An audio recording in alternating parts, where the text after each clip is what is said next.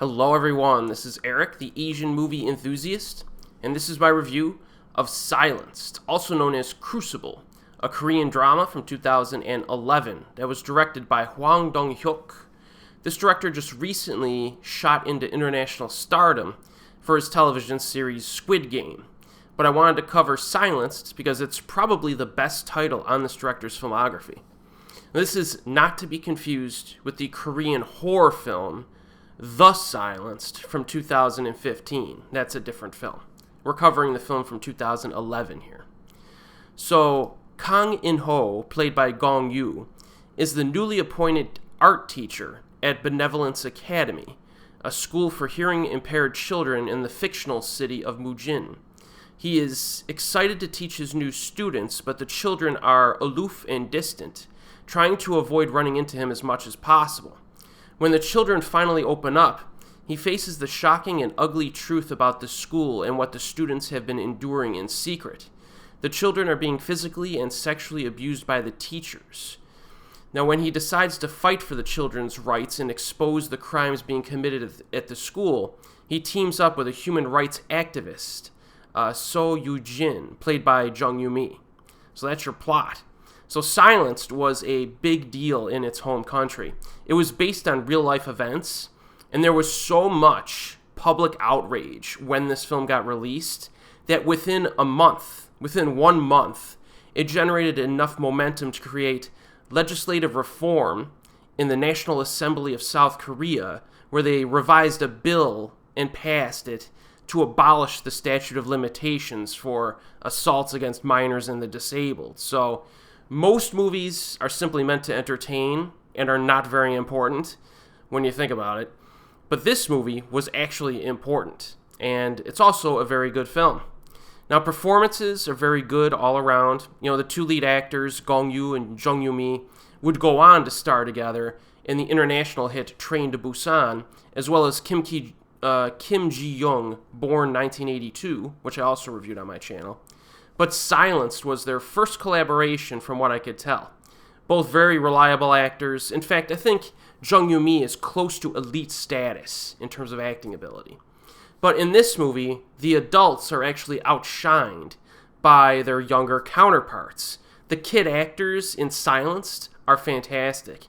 They're very convincing in their portrayal of fear and psychological pain.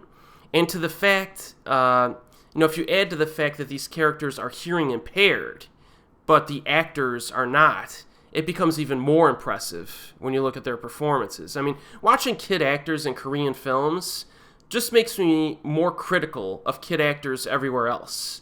You know, the Koreans prove time and time again that there are standards for child acting. You know, and I hear it all the time in movies. They'll be like, we should take it easy on this kid's crappy performance because he's just a kid.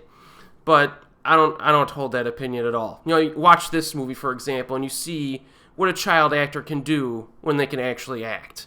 So yeah, Silenced is not easy to sit through due to its subject matter. It's pretty intense. It will make you angry, so be prepared.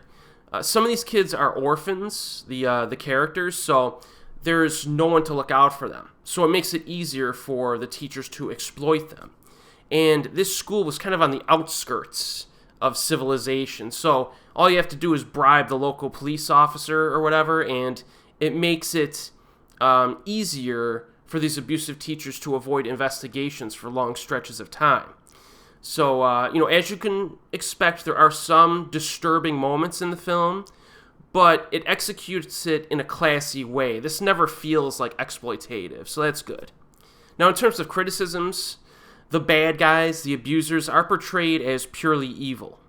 And, I thought to myself, would it have been better if the abusers were portrayed in a more multidimensional way?